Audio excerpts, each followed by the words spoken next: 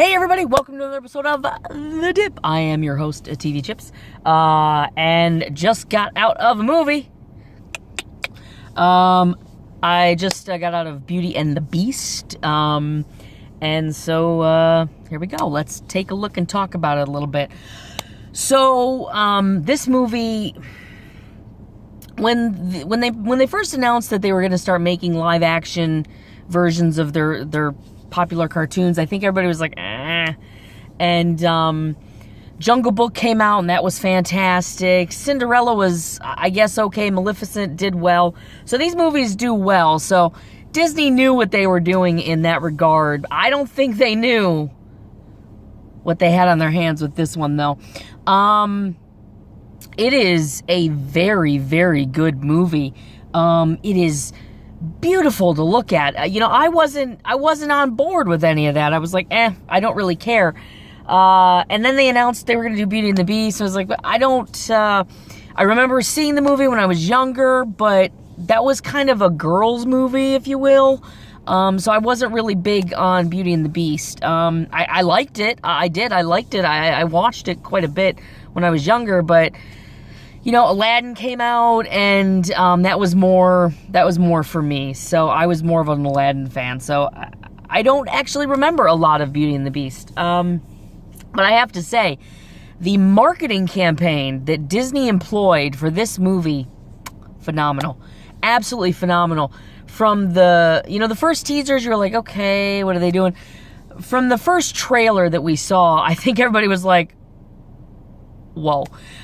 It looks so good, and they mimicked almost shot for shot the original trailer for the cartoon version, and then they continued to do that, and that is what brought me to see it the night it opened, because honestly, I wouldn't have probably seen it that quickly, and I'm glad I did, though, because honest to God, I had a lot of fun watching this movie. I was a little nervous when they announced the cast. Do we know if Emma, her name is blanking me. Emma, fudge. Hermione, son of a biscuit. Okay, gosh, what is her name? Why is it? Anyways, did we know if she could sing? I don't think we did. I think there was like a lot of like, what's happening here? And then, Dan Stevens and Luke Evans. You're like, boy, okay. What are you doing? And I thought initially, even when I saw the movie, I thought Dan Stevens was out of his out of his game. I was like, no. Our boy from Downton Abbey, he bit off a little more than he could chew, but he didn't. He was actually quite fantastic. I think the beginning of the movie, you're kind of painted a picture of who the Beast is, and so you don't get a chance to really see Dan Stevens do his thing.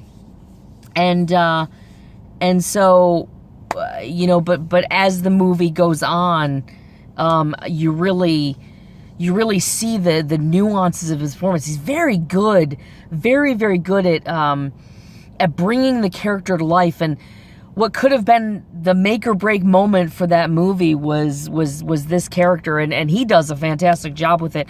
And the animation that they did, the mocap that they did with it, so well done. It's absolutely beautiful to watch. I thought the thing was from top to bottom, really well cast. I think Josh Gad is great. The whole gay thing, I mean, listen, let me just tell you something. To the movie theaters that weren't carrying this movie because Josh Gad's character is gay, yeah, you blew it, because it's not that big of a deal. It's not a big thing, and you blew it. You blew it. So much money out the door because you're an idiot. Congratulations. You done messed up, Aaron. Yeah, the gay thing was completely blown out of proportion. It is very clear that the character is gay, but it's never mentioned. It's never made any kind of impact. There's no kissing or anything. Like, there is a scene towards the end with another man where, they kind of fall into each other's arms, if you will, and there's like a oh hey moment. But that's it. That's it. That's it. So stupid. So stupid. These movie theaters lost out on so much money because this movie is going to make a ton of money. And these movie theaters, God bless you, Bible Belt, because you need it, because you're stupid. You're stupid.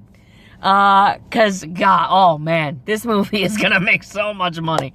It was really, really good. The music, I don't remember a lot of the songs, so I know that there were new songs, because I don't really remember, I remember, the big ones. Because I don't really remember any of the other ones, I don't know that they felt out of place. I think that they felt natural. There's a really nice song towards the end with the Beast, that is actually really the feels, all of the feels. It's a beautiful song, and if it's not in the original, then it's definitely a candidate for the Oscars, come next year for Best Original Song, because that's a beautiful song, and it fit very, very well into the movie. But that was a song I was like, was this one in the movie? Because I don't feel like it was. The movie starts out, and it feels very familiar, but there's a lot of things in there I'm like, nah, I know that wasn't in it. It's not a shot for shot like the trailers would make you think, but I do think that they take on what they had and they really expanded it. I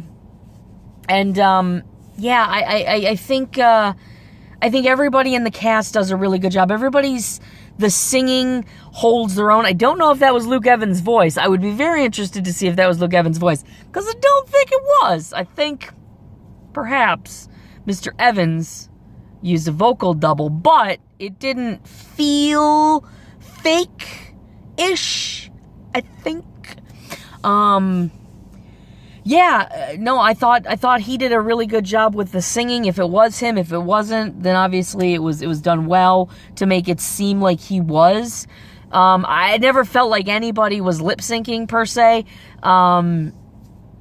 Is it Emma? Oh, God, what is her name? Why am I... Oh my God, I'm totally spacing on her name. Hermione. God, I feel like such a butler. Oh, what a butt nugget. Okay, I am so... God, it is completely spacing. I want to say Emma Stone, and then Emma Thompson is in the movie, and it's like... And then it's not... Oh, gosh. Oh, what is her name? Why can't I think of her name? But anyways, she is really good in this movie.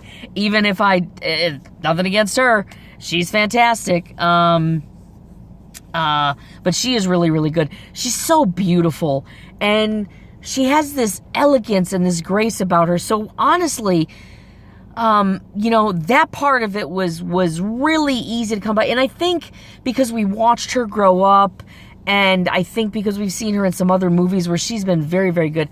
She is brilliant in Perks of a Wallflower. If you haven't seen that movie, you should have seen that movie, because it's a beautiful, brilliant movie, and she is so good in it. And so I think because of all that, because we've seen her before, we know what she is, and she always feels very down to earth whenever you see her in movies.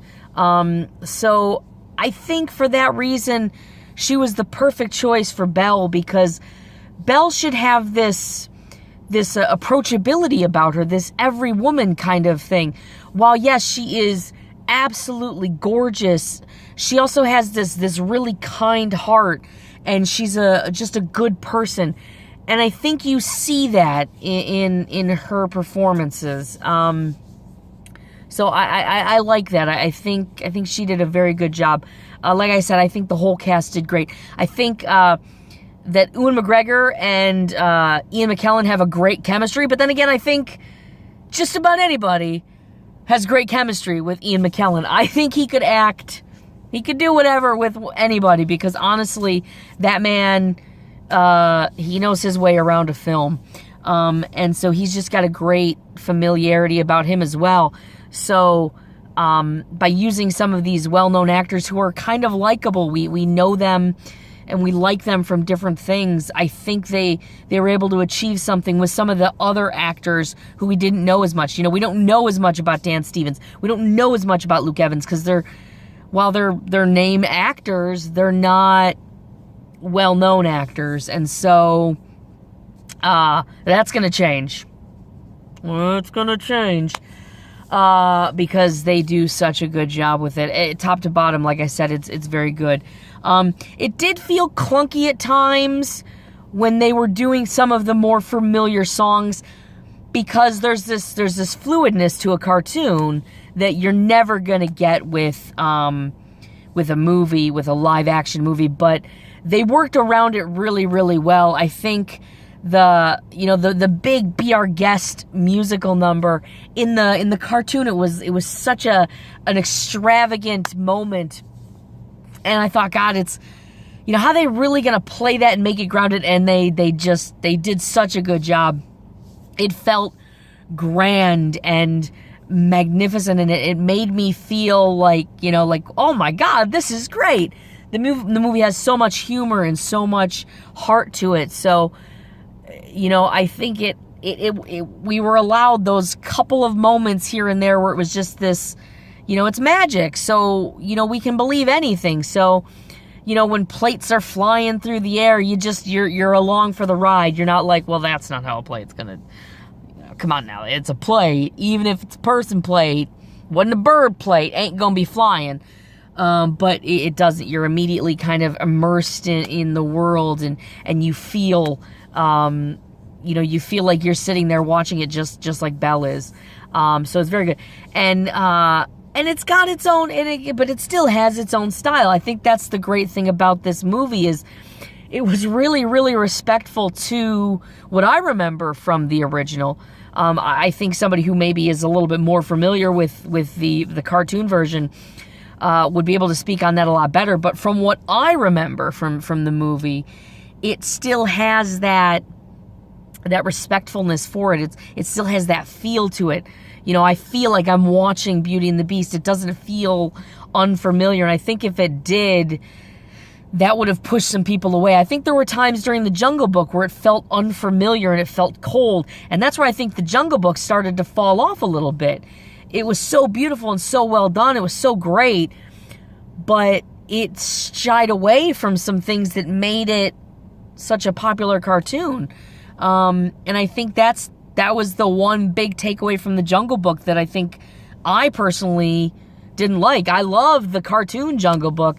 I didn't care for the movie as much as I could have. I loved it. I thought it was great, but it was too different. It didn't, and they had other things to deal with because of the animals.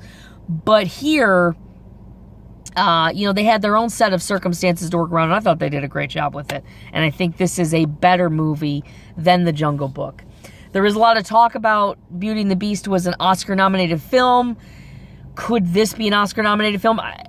It better be in the conversation, and I think it will be in the conversation because it's so spectacular to look at. It's so beautiful to look at.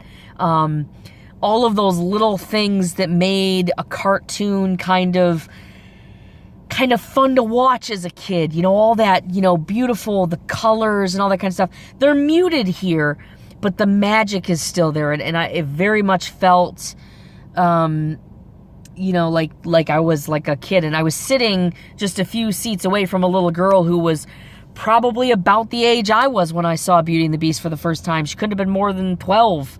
I don't remember when I saw Beauty and the Beast. It came out, 91? So yeah, it would have been about 12. She was probably around the same, maybe a little bit younger. She was in awe the whole time. I looked over a couple times because I was like, you know, there were a couple of kids in the audience down in the front who were being little pains in the butts and making some fidgety noises, but this girl was like zoned in. She was also wearing a bell dress, so yeah, she was going to be... She was locked and loaded from the get-go. Very adorable to watch that, just to see her just immersed in it. I like when kids are like that, when they're zoned into stuff like that, because it just reminds me of when I was a kid and I would watch stuff and I'd be like... So that was kind of neat. So I think kids are gonna love it. It doesn't have the colorfulness and the zippiness that the cartoon did, but it still has its own way and its own path, and it's really, really well done. I thought Bill Condon did a great job. I'm a little iffy on him as a director.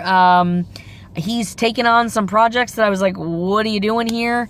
But he's directed a couple movies with Ian McKellen that were fantastic. So I think he's cemented himself as a big-time director now, because this movie is so well done and so beautiful. It's so well cast. It's the effects are great. The new music is great because I loved all of the music. Overall, it's just a very, very good movie. Very much worth seeing. Very much worth seeing. I saw it in regular. I didn't see it in 3D. So I don't know, if you're into that kind of thing, you might want to see it in 3D. I don't think it needed it. I thought it was breathtakingly beautiful in just regular... my phone dropped. Oh no. I thought it was just beautiful in regular... I'm just having this is not going well for me. So I am going to say that you should go see Beauty and the Beast. It is a very good movie. Very well done. If you liked the original, you're going to love this, I think.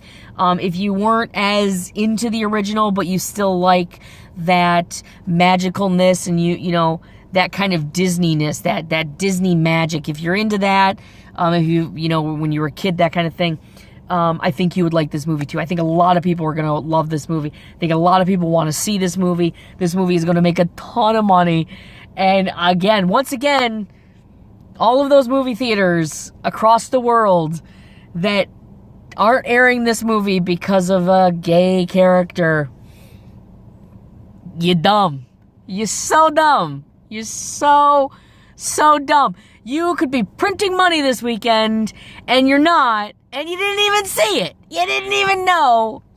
You're so stupid. You're so stupid. You done messed up, Aaron. So, again, sorry to tell you, suckers. Go to a movie theater that supports stuff like this, which is just about every movie theater, because most movie theaters are like, hey, we're a business. We want to make money. Give them your money. This is a good movie to go see. I highly recommend Beauty and the Beast. It's in theaters now. All right, thanks, everybody. I'll see you next time.